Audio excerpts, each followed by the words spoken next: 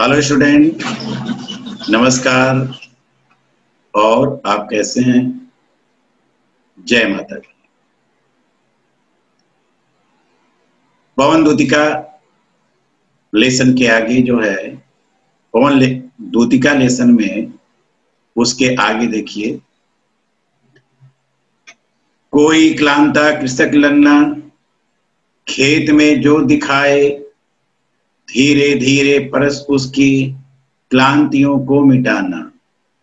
जाता कोई जलद यदि हो व्योम में तो उसे ला, छाया द्वारा सुखित करना तृप्त भूतांगना को।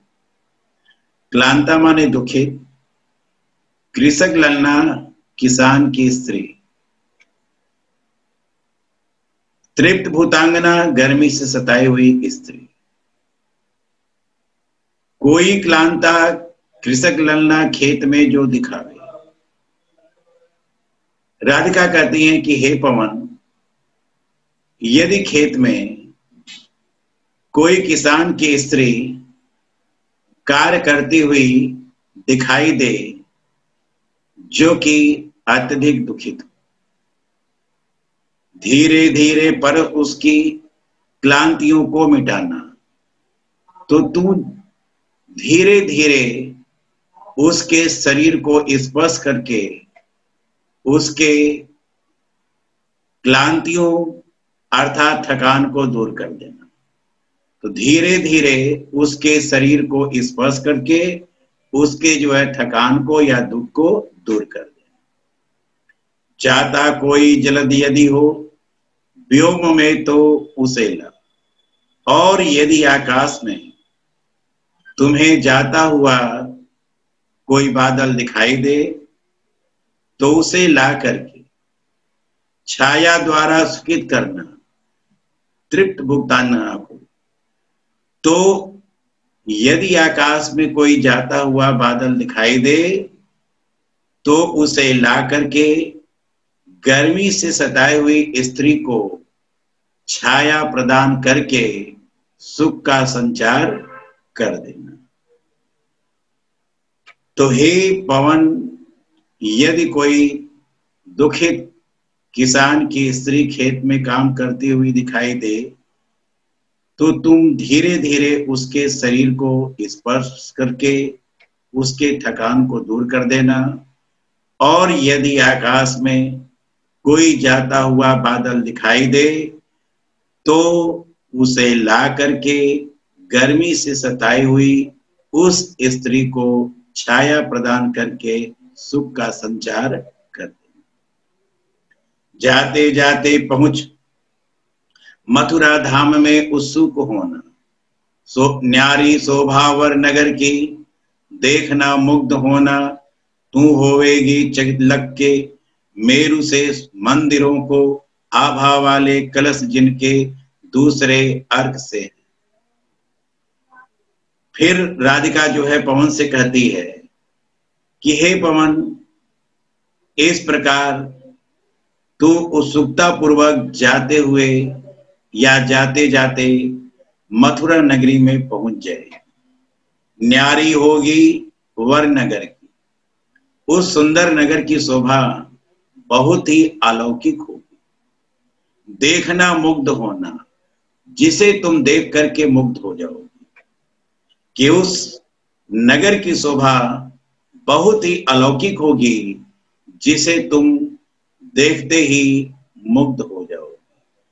तू होगी चकित लग के मेरु से मंदिरों को, मेरु माने सुमेरु पर्वत के समान ऊंचे ऊंचे, तुम वहां पर सुमेरु पर्वत के समान ऊंचे ऊंचे मंदिरों को देख करके आश्चर्यचकित हो जाएगी।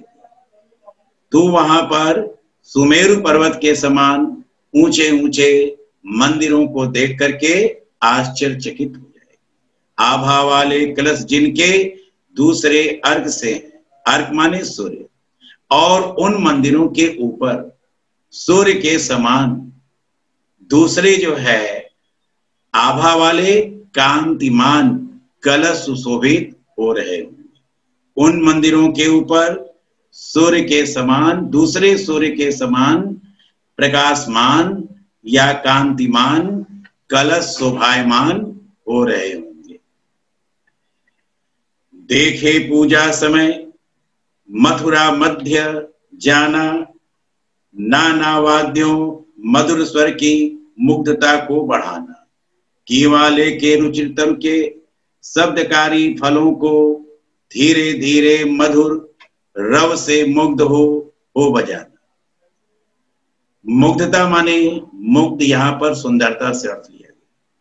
कीवा माने अथवा, रव माने ध्वनि।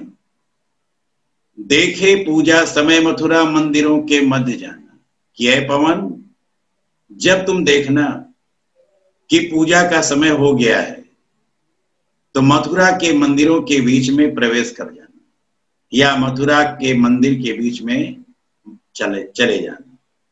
नाना वाद्यों मधुर स्वर को मुग्ध को बजाना, और वहां पर नाना वाद्यों मधुर स्वर को, विभिन्न प्रकार के जो वाद्य यंत्र माने बजाने के जो यंत्र होते हैं, और वहां पर जो विभिन्न प्रकार के वाद्य यंत्र होंगे, उसे जो है मुग्ध होकर के मधुर स्वर से बजाने लगे, अर्थात उसके जो है स्वर को और अत्यधिक मधुर बना देना। कीवा लेके रुचिर तरु के शब्दकारी फलों को, अथवा सुंदर वृक्ष के शब्द उत्पन्न करने वाले फलों को लेकर के, अथवा सुंदर वृक्ष के शब्द उत्पन्न करने वाले फलों को लेकर के धीरे धीरे मधुर स्वर से मुग्ध हो बजाना। धीरे धीरे मधुर ध्वनि में से, धीरे धीरे मधुर ध्वनि से मुग्ध होकर के बजाने लगना, अर्थात इस प्रकार मुग्ध होकर के उसे बजाने लगना कि उससे जो है मधुरता का संचार होने लगे।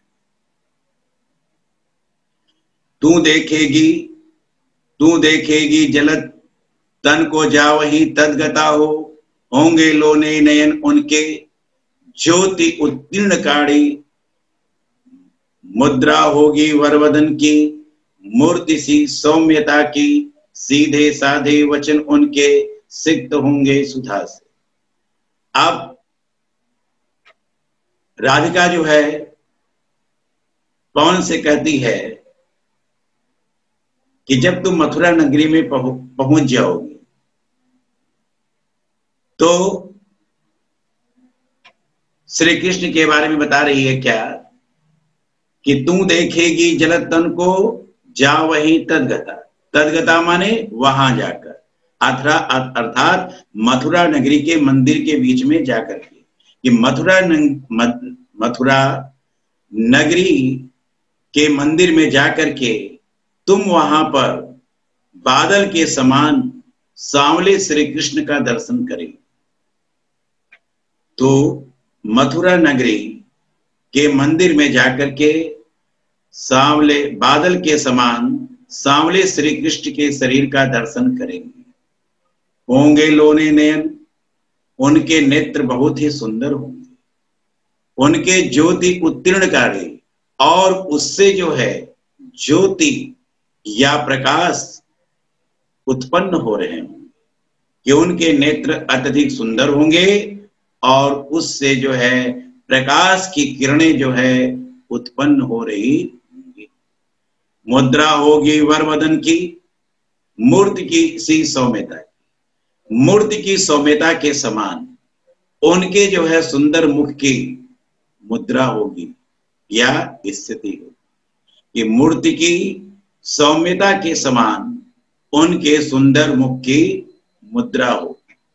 सीधे साधे वचन उनके सिक्त होंगे सुधा से, उनके वचन, उनके जो है सीधे साधे वचन होंगे जो अमृत के रस से सिंचित होंगे या भींगे होंगे, कि सीधे साधे वचन उनके सिक्त होंगे सुधा से, कि उनके जो है सीधे साधे वचन होंगे जो अमृत के रस से सिंचित होंगे, अर्थात जब वो बोलेंगे तो ऐसा लगेगा कि उनके मुख से अमृत की वर्षा हो रही। फिर नीले फूले कमल दल सी गात की श्यामता है, पीला प्यारा वसन कट में पहनते हैं फबीला, छोटी कालिक अलख मुख की कांति को है बढ़ाती, सद वस्तुओं में नवतल की फूटती सी प्रभा है। नीले फूले कमल दल से गाद की श्यामता है, नीले विकसित कमल दल के समान या कमल समूह के समान।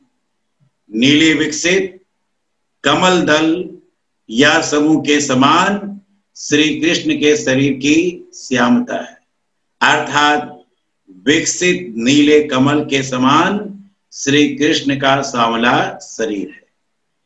पीला प्यारा वसन कट में पहनते हैं फबीला, और वे अपने कमर में पीले रंग के वस्त्र को पहनते हैं जो कि अत्यधिक सुशोभित होता है या जो कि बहुत ही अच्छा या सुंदर लगता है। छोटी कालिक अलिक मुख की कांति को बढ़ाती है, उनकी खुली हुई जो काले रंग की बाल है, कि उनकी जो खुली हुई जो काले रंग की जो बाल है या उनके मुख के चारों तरफ जो लटकती हुई जो बाल है, वो उनकी मुख की कांति को अर्थात शोभा को बढ़ा रही है।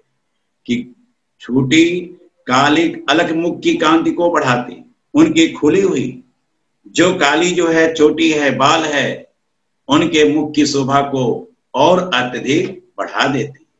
सदवस्त्रों में नवल तन की फूटती सी प्रभा है, और इस प्रकार सुंदर वस्त्रों से सुसज्जित नए जो है शरीर से हर समय आभा या चमक फूटती हुई दिखाई देती है। धन्यवाद।